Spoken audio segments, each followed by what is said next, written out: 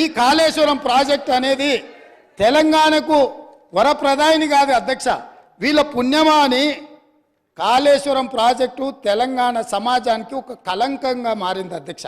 ఇవాళ ఈ కలంకాన్ని నిలువెత్తు ఆధారాలు అక్కడ ఉంటే పక్కున పగిలిపోయి రెండుగా చీలిపోయి నేలకు కుంగిపోయి నిటారుగాడపోయి నిలబడితే సిగ్గుతో తెలంగాణ సమాజం తల వంచుకొని పరిస్థితులు కల్పించిన వాళ్ళు ఇంకా నిస్సిగ్గుగా ఈ సభలో నిలబడి మమ్మల్ని ప్రశ్నిస్తారా అధ్యక్ష?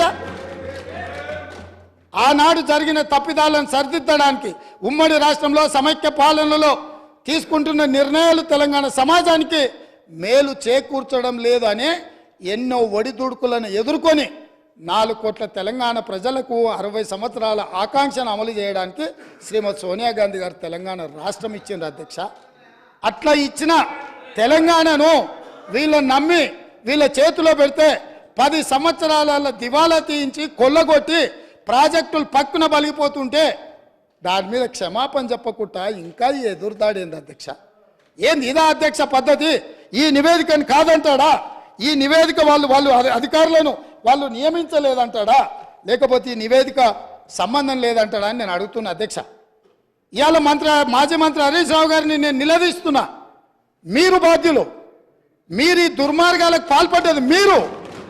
మిమ్మల్ని ఎందుకు 2014 నుంచి 18 వరకు మిమ్మల్ని చంద్రశేఖరరావు గారు మంత్రిగా కొనసాగించి 18లో ఎందుకు మిమ్మల్ని మంత్రిగా బర్తరఫ్ చేసిండని నేను అడుగుతున్నా.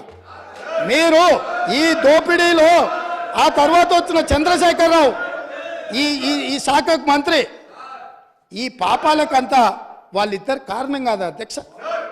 వీళ్ళిద్దరు కలిసి ఈ రకంగా తెలంగాణను మొత్తం చెదలు పట్టించారు అధ్యక్ష. తెలంగాణను మొత్తం దోపిడీ. ఇట్లాంటి పరిస్థితుల్లో ఇంకా కూడా ఈ రకమైన మొండి వాదనలు తొండి వాదనలు వద్దు హరీష్ రావు గారు. జరిగిన తప్పులు సరే, విజిలెన్స్ అండ్ ఎన్ఫోర్స్మెంట్ నివేదికిస్తే వాళ్ళని తిడుతుంది, కాగ్ నివేదికిస్తే వాళ్ళను ఆరోపణ చేస్తుంది, వాస్తవాలను చెప్తే మా మీద దాడి చేస్తుంది. మరి మీరు నియమించుకున్న అధికారులు ఇచ్చిన నివేదికని ఇది కూడా తప్పుడు నివేదికనే అధ్యక్ష? ఇది కూడా తప్పుడు నివేదికనే అంటాడా? అంటే ఎటు పోతున్నాము అధ్యక్ష? మనము ఎక్కడికి వెళ్తున్నాము?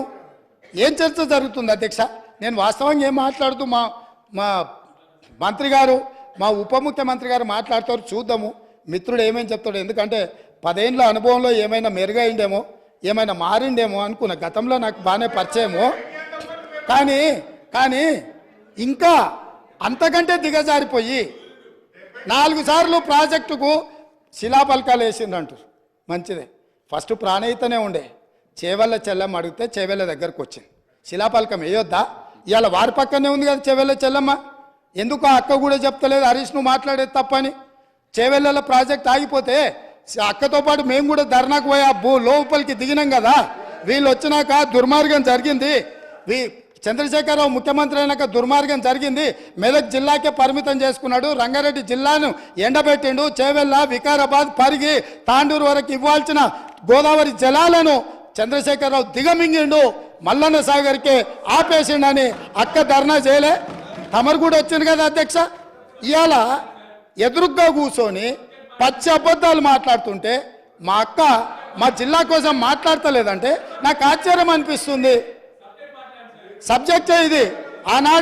ఆనాడు దీక్షలు చేసి ధర్నాలు చేసి ఆనాడు రాజశేఖర రెడ్డి గారిని ఒప్పించి మెప్పించి చేవెళ్లలో శిలాపలకం వేసి ప్రారంభోత్సవాలు చేసి 100 కోట్ల రూపాయల పనులు చేసి ఆ పనులను అర్ధాంతరంగా వదిలేస్తే దీక్షలు ధర్నాలు చేసిన శ్రీమతి సబితా ఇంద్రారెడ్డి గారు ఈరోజు మౌనంగా హరీష్ రావు గారిని సమర్థిస్తున్నారు అంటే ఇది తెలంగాణ సమాజానికి మంచిదా అని తమ ద్వారా నేను అడుగుతున్నా అధ్యక్ష.